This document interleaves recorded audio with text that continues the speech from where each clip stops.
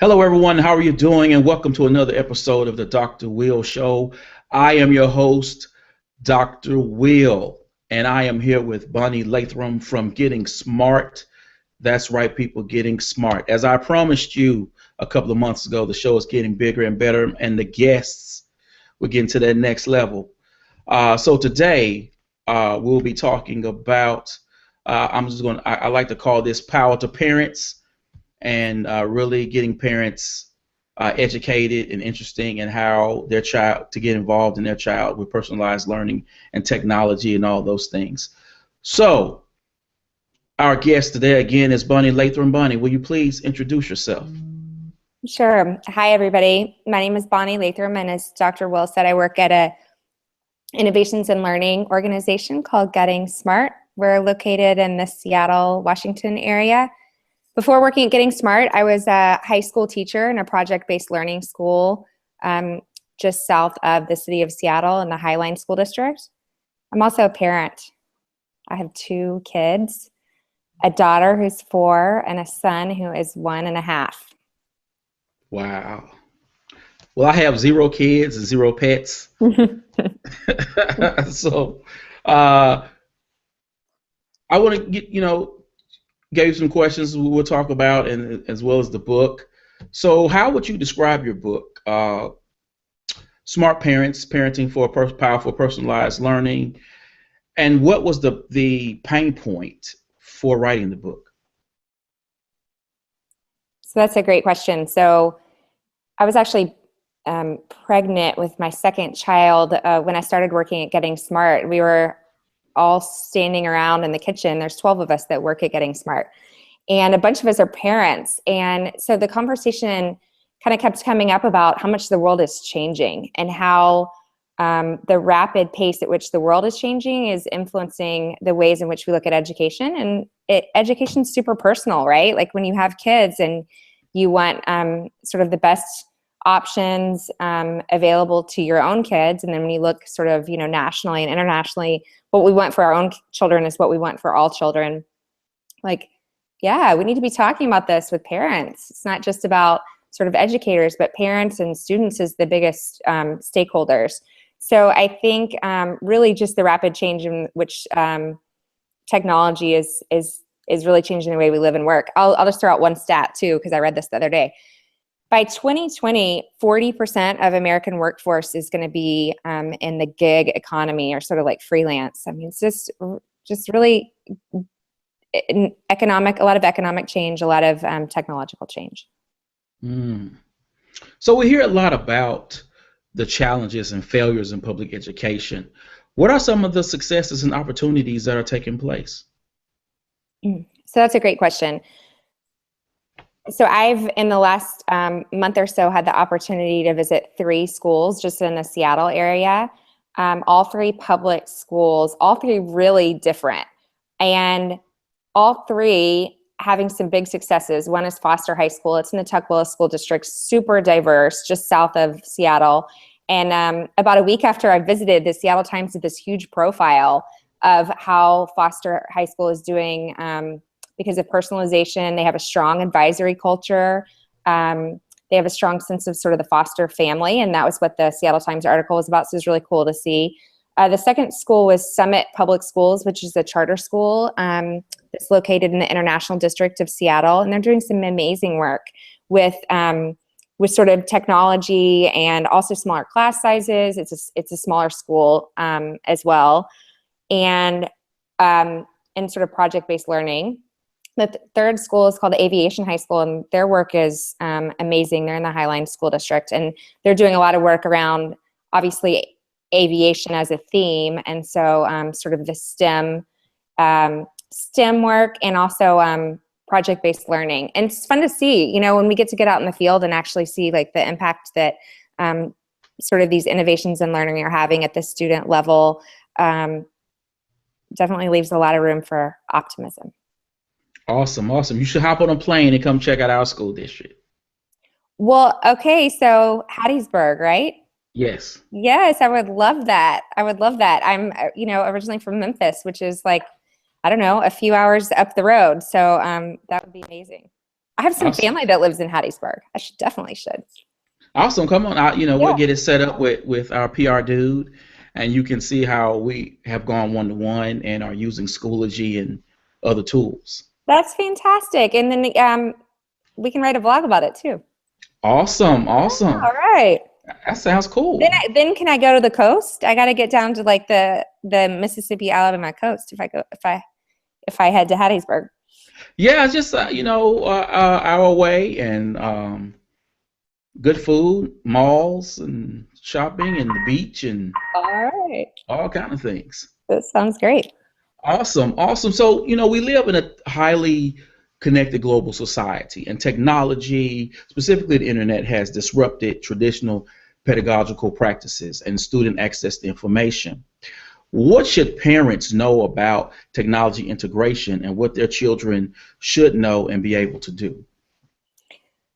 Okay, so let me tell you a little story. So I've got a 4-year-old daughter, and she has an iPad that we let her, play with occasionally. We monitor it, and so she has the YouTube app for kids. So she finds, videos, and she's gotten very into watching these videos of people playing with their dolls, and they set up these elaborate stories.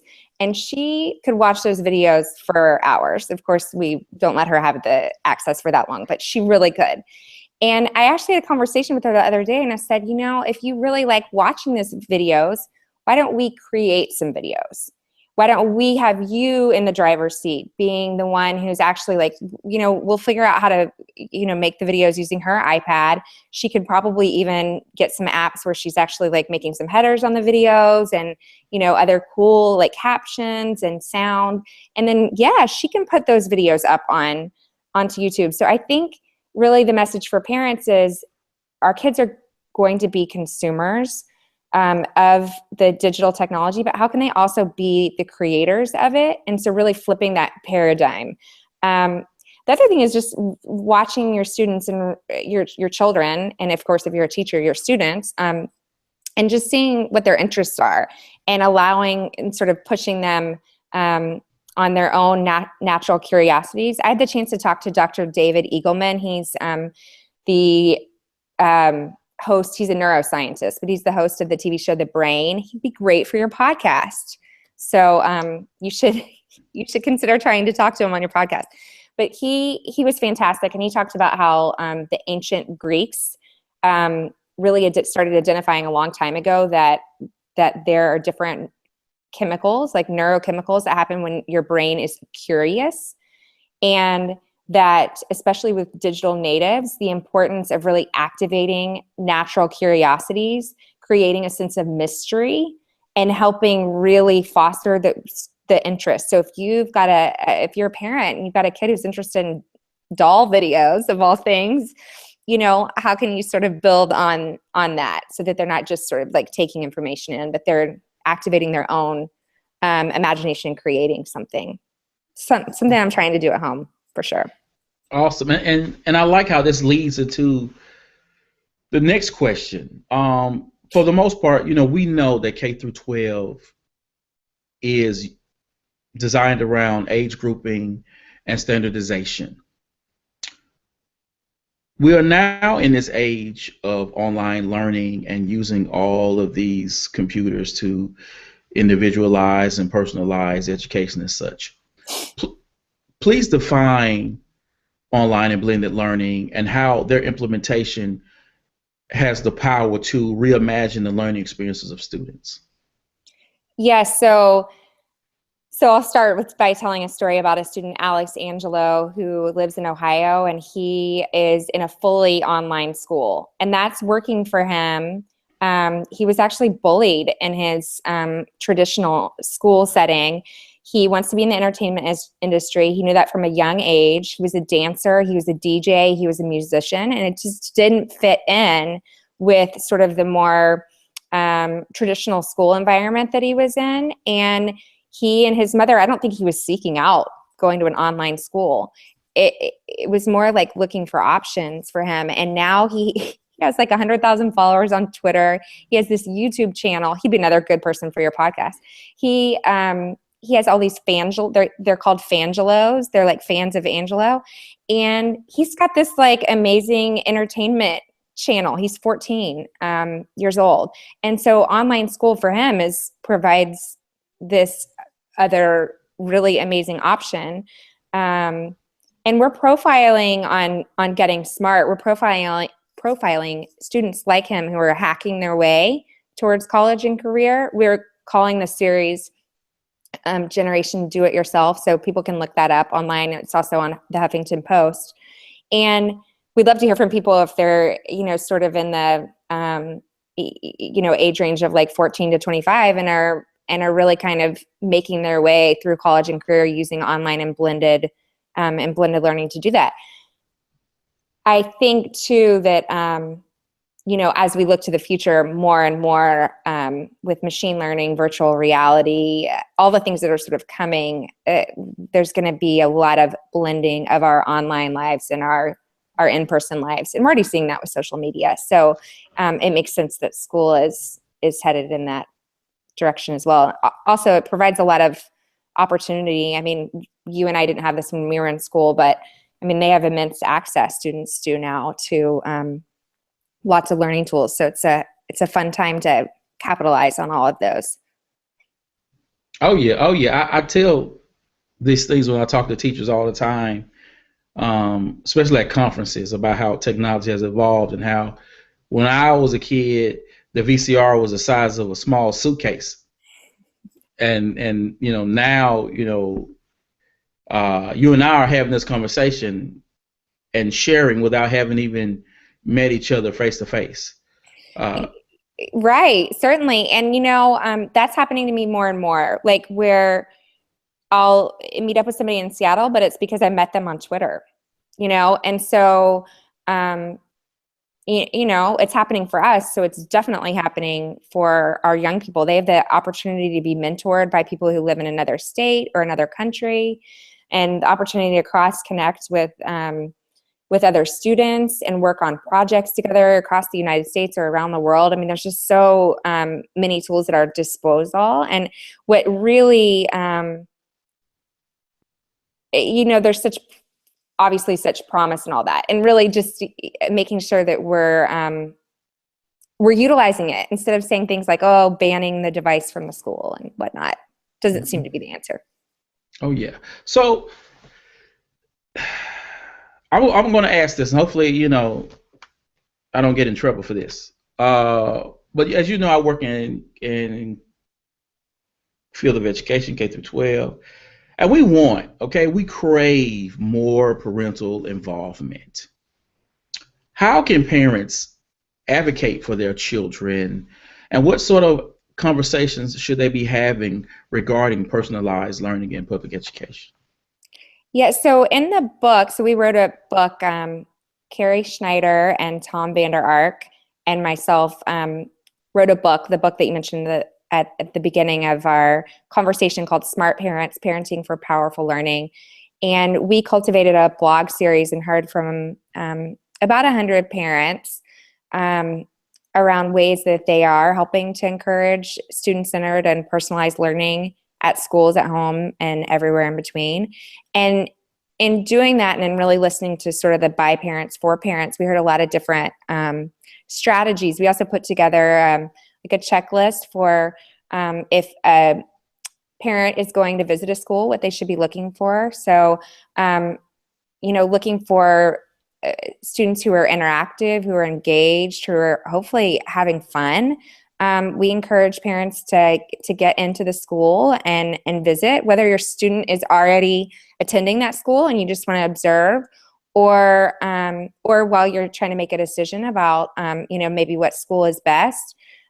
Also, we're a huge fan of student-led conferences, and we've seen it a lot in Washington State, and certainly this is happening across the country, where schools are implementing at minimum 2, maybe 3 student-led conferences or exhibitions or performance-based assessments in the schools, and 85-90% parent engagement. So there are schools that are doing this, and they're doing this really effectively.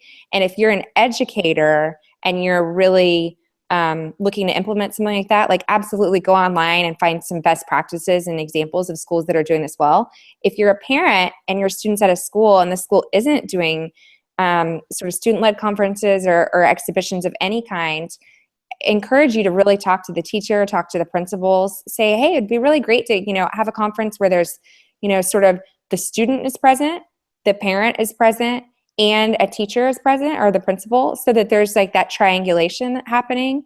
There's such amazing things that happen when parents get to ask questions of their students and a teacher is also present, because sometimes if a parent is just asking the kiddo, how was your school day today? Or, so what goals do you have for yourself? I mean, you're going to get a lot of, yeah, mom, I just kind of want a hot dog right now. Like, I don't really want to talk about this. But if you've got a teacher present and they've been working as a school on writing goals, on establishing and setting goals, and then they're practicing, the students are practicing beforehand, and then that conference is set up in a way that is, part of the students' work at the school, it's a win-win. It's a win-win for the parents. It's wonderful for the educator, and the student really wins too. They get a chance to articulate their vision and goals, and how great is that?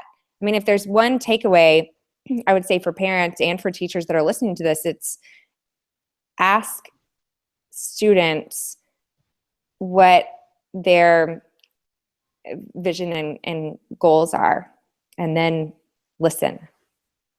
Mm-hmm. So I want to throw a curveball at you, if I may. Yeah. Okay, you're a parent.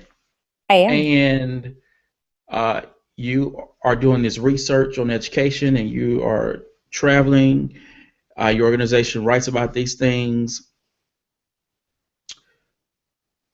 As parents, you say you want you want the best for your child, and sometimes, with parents, your goal, your focus is, I want this track for my child. But your child may have another skill set. They may have another,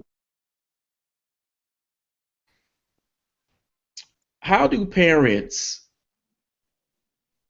I guess, in the when you talk about this gig economy that's coming up, and the changing of the guard in education, I guess, how do parents sort of release the control to be more supportive, to say, I see Harvard in your future, but if you want to become a Food Network star, I will be behind you all the way?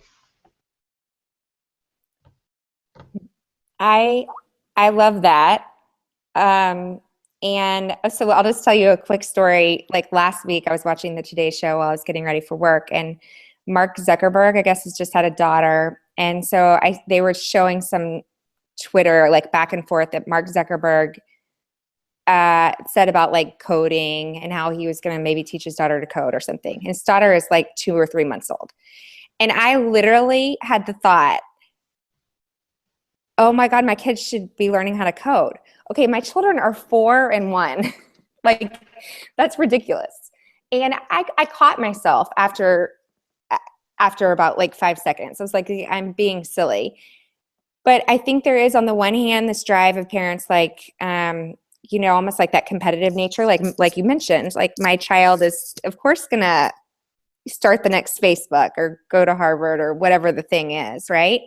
And then on the other hand, there's this, hey, relax a little bit, and really let them follow their interests. I mean, I would say for parents, the best thing that you can do is just be really reflective. Think in terms of the social and emotional learning, and really support sort of the encouragement and growth mindset parenting, which is really all about sort of letting your child see that their hard work, whatever it's in, is what matters. So like hard work in art or creative pursuits or music, or reading, I mean, whatever they are into, sports, is is something super worthwhile. And by them, when they're young, learning that, then they can go and tackle any big project. The second thing, and this is really related to kind of the gig economy and what we were talking about earlier, is preparing students for those executive functioning skills they're going to need in life, like, which is like everything's a project, right? So tackling sort of big things. So at 4, that might be making doll videos. Go figure, right?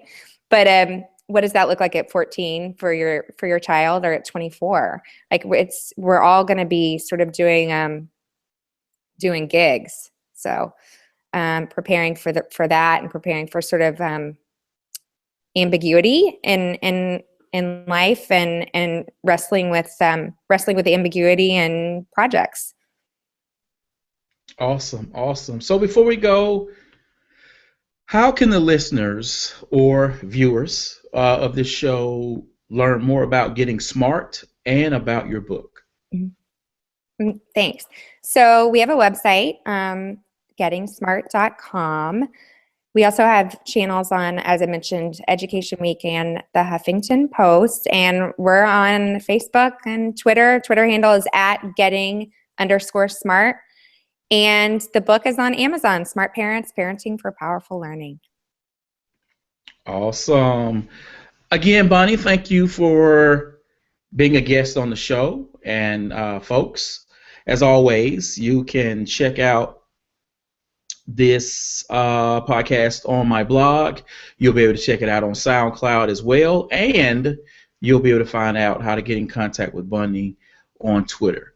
So, folks, until next time, be you, edu, peace.